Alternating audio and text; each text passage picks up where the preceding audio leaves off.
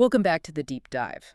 This is where we take your source material, we strip away the noise, and we try to give you the clear, compelling knowledge you're looking for. And today we are on a fascinating mission. It's all centered on this really profound relationship between your mind and, well, your body, your matter. The sources we're looking at pose a huge question. It's something I think a lot of us have wondered about. If your thoughts can literally produce chemistry that leads to disease. Then can elevated thoughts, can a different state of mind produce chemistry that leads to healing, to a whole new reality? Exactly. So our mission for this deep dive is to understand the actual mechanics.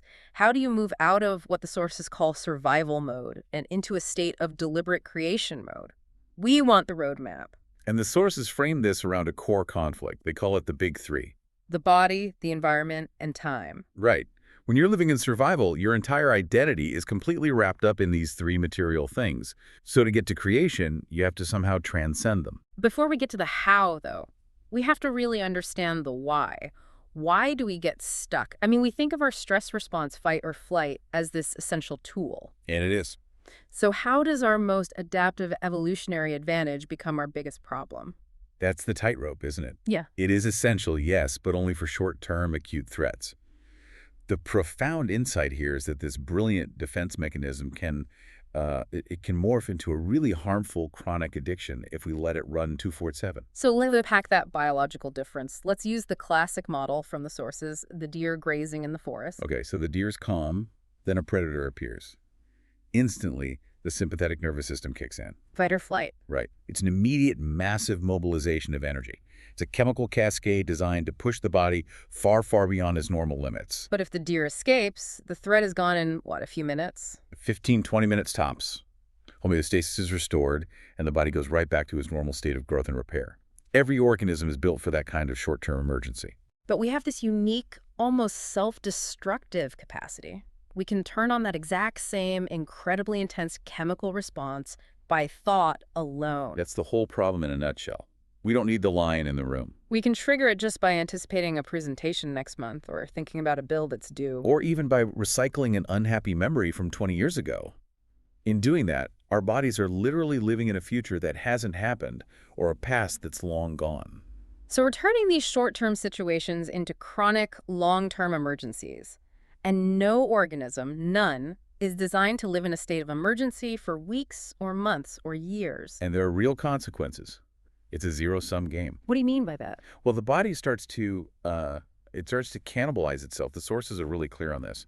When you're constantly mobilizing all this energy to prepare for running or fighting. That energy has to be stolen from somewhere else. It has to be. It's stolen from your internal environment, from the engine room of growth and repair. Okay, so if your heart is constantly being told to race, you start to see things like high blood pressure, maybe arrhythmias. Of course.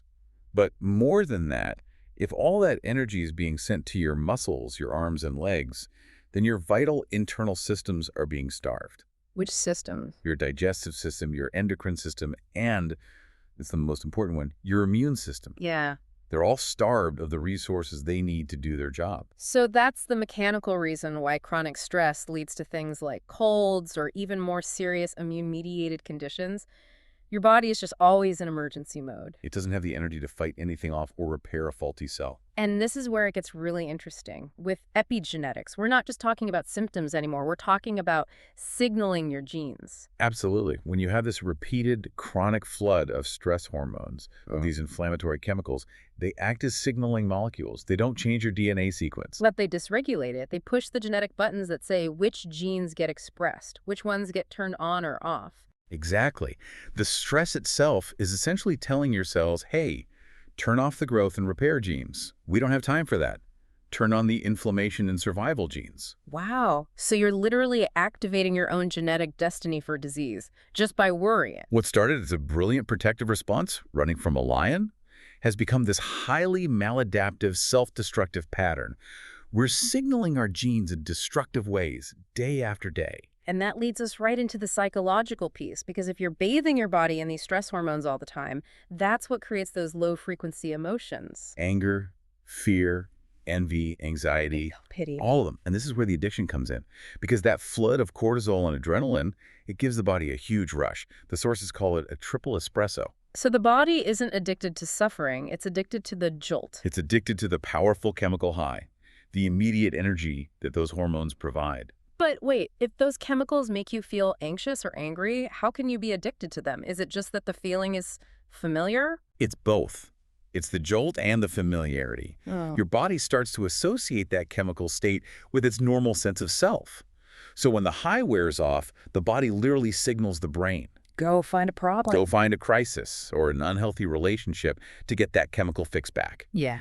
It's just trying to reaffirm its normal state of being. So we unconsciously keep these problems in our lives to feed that emotional addiction, just to maintain that familiar, predictable identity. And that identity is what the sources call being a somebody. As somebody who is totally fixated on the big three. Exactly. You're constantly monitoring your body, your appearance, your weight, your aches and pains. You're obsessing over your environment, your status, your possessions, the people in your life. And you're always dominated by time, not enough of it, or living in the past or the future. You become a materialist, basically. And the ego, which is normally just there for self-preservation, it gets tipped over into this overly selfish state. It's all me first, trying to control the outer world to feel safe. And if we connect this to physics, to energy and frequency, it's incredibly powerful. Those survival emotions, shame, anger, suffering, they are energy in motion. And they vibrate at a very slow, low frequency. What does that mean for our physical reality, if our energy is vibrating slowly? It means the body becomes, and I'm quoting here, denser, heavier, and more corporeal.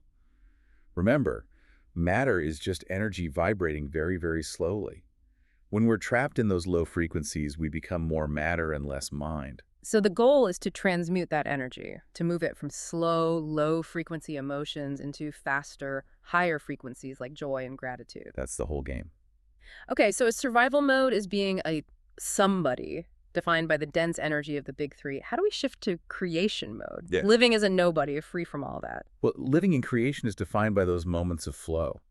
When you're so engaged in something, a project, exercise, making art, that the big three just disappear. You forget about your body, you forget about your problems, you forget about time. You lay down that selfish ego and you become selfless. The requirement then to enter that realm is to become no body, no thing, no time, pure awareness. You have to choose consciousness over matter. And to manage that transition, we have to use the most evolved part of our nervous system, the frontal lobe. The brain's CEO. The CEO, exactly. Yeah. It's in charge of decision-making, creativity, attention, and this is critical, suppressing that reactive, emotional part of the brain. So the sources give us 3 very specific functions of the frontal lobe to make this shift. Let's start with number 1, metacognition. If you want to create a new self, you have to stop being the old one. It's that simple. Metacognition is the power to observe your own thoughts, to look at the unconscious programs running your life. The sources call this becoming a quantum observer. That sounds like a pretty big leap from just, monitoring your thoughts. Why quantum? It's a critical distinction. In quantum physics, the act of observation collapses a wave of potential into a particle of reality. So when you observe your old limiting thought or your automatic emotional reaction, You're no longer in the thought. you're not. You collapse its potential to define you. You're taking your power back from the program. So the key isn't to fight the old thought or feel guilty about it. It's just to observe it objectively. Without emotional reaction. That's what halts the chemical cascade. By consciously inhibiting that unwanted state, you stop firing and wiring those old neural networks. You literally start to prune away the hardware of the old self. You're unlearning who you used to be. You're losing your mind, but the old one. The old one, thankfully. Uh-huh. And once you've cleared that space, function number 2 kicks in, creating a new mind through mental rehearsal. The frontal lobe as the architect. Exactly. It scans all your existing knowledge, all your experiences, and it starts to piece them together in new creative ways to build a model of the new self you want to be. This is why learning new things is so important. It gives you the raw materials, the ammo to break old patterns. You ask, what would it be like to be a generous person? Or what if I lived in this new reality? And the frontal lobe answers by forming a new neurological map. The mental rehearsal itself, the focused imagining, rewires the brain. It creates a hologram, a vision of the result before it ever happens. Which takes us to function number 3, which feels like the ultimate flow state, making that internal thought more real than anything else. Yes. When the frontal lobe is deeply activated like this, its job is to lower the volume on the rest of the brain. It literally shuts down the sensory centers, the motor centers, the parts of your brain that process time. So with all that external noise shut off, you achieve that state of no body, no thing, no time. Pure consciousness. Mhm. And in that quiet, the inner world of your thoughts becomes as vivid and real as the outer world. The thought you're focusing on gets branded into your brain's architecture as an actual experience. And that creates an elevated emotion, joy, gratitude that feels like the event is already happening now. Which is the chemical signal that conditions the body to the new mind. You are proving to your body that the future's already happened. That's how you rewrite the subconscious. It's the mechanism for stepping from survival into creation. It is. So to make this tangible, the sources give a really detailed case study of a roofing contractor named Bill. Bill was 57. Mm. He was dealing with recurring, aggressive, malignant melanoma, and his dominant state of being for over 30 years was deep chemical resentment. Why? He'd been forced to give up his dream of being a professional musician to take over the family business. So every day he was just marinating in this bitterness, blaming his environment, the economy, his family, the weather for his unhappiness. His body was locked into a chemical state of resentment, constantly signaling those destructive genes. So to break that bond with his old self, he went on a 2-week retreat The whole goal was just to change his internal state. to stop being the guy who felt like a victim. Mm. In the first week, he focused purely on function 1, metacognition. He became a ruthless quantum observer of himself. So every time he felt that familiar rush of resentment, That addictive triple espresso of anger. he just stopped it. He made a conscious choice to halt any thought that was unloving toward himself.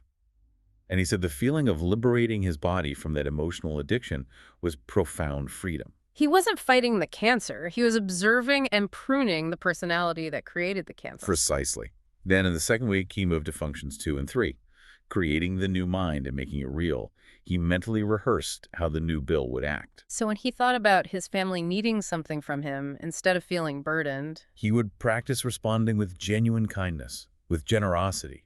He focused on feeling the elevated emotion of unconditional love until that feeling felt absolutely real to his body. he was branding the new personality into his subconscious. What happened when he got home? The results were pretty undeniable. The malignant tumor on his calf literally fell off. He was declared cancer-free. Wow. His new mind, with its new chemistry and new personality, had signaled new genes. He became someone else, and the disease simply belonged to the old persona. So when you boil it all down, this is really about a liberation of energy, isn't it? It is. When that old identity, the emotional self tied to those slow, survival-based frequencies, is dismantled, all the energy that was feeding the anger and shame is unbound. And it gets transmuted into higher frequency emotions. Joy, love, gratitude. And since matter is just slow, vibrating energy, when you switch to these higher frequencies, your body literally becomes more waves and less particle. Yeah. It expresses a higher vibratory rate. You're not fueling that dense, heavy, addictive self anymore. Which highlights the final difference here. Survival is trying to control or force an outcome, right? Always obsessing over the big three. And creation is living in a state of knowingness, of gratitude. Oh. You trust that the desired destiny will arrive because you've already experienced it in your mind and body, and thought and feeling. You trust the field to organize itself around who you are now being. So if we leave you with one provocative thought from these sources, it's this. When you are fully living in this elevated state of creation, the act of trying to anticipate or analyze when or how your future will arrive is the very thing that would pull you back into your old, limited identity. The one that's obsessed with time and control. Changing your life doesn't start with doing something different out there in your environment. It starts with the profound conscious act of becoming someone else in here.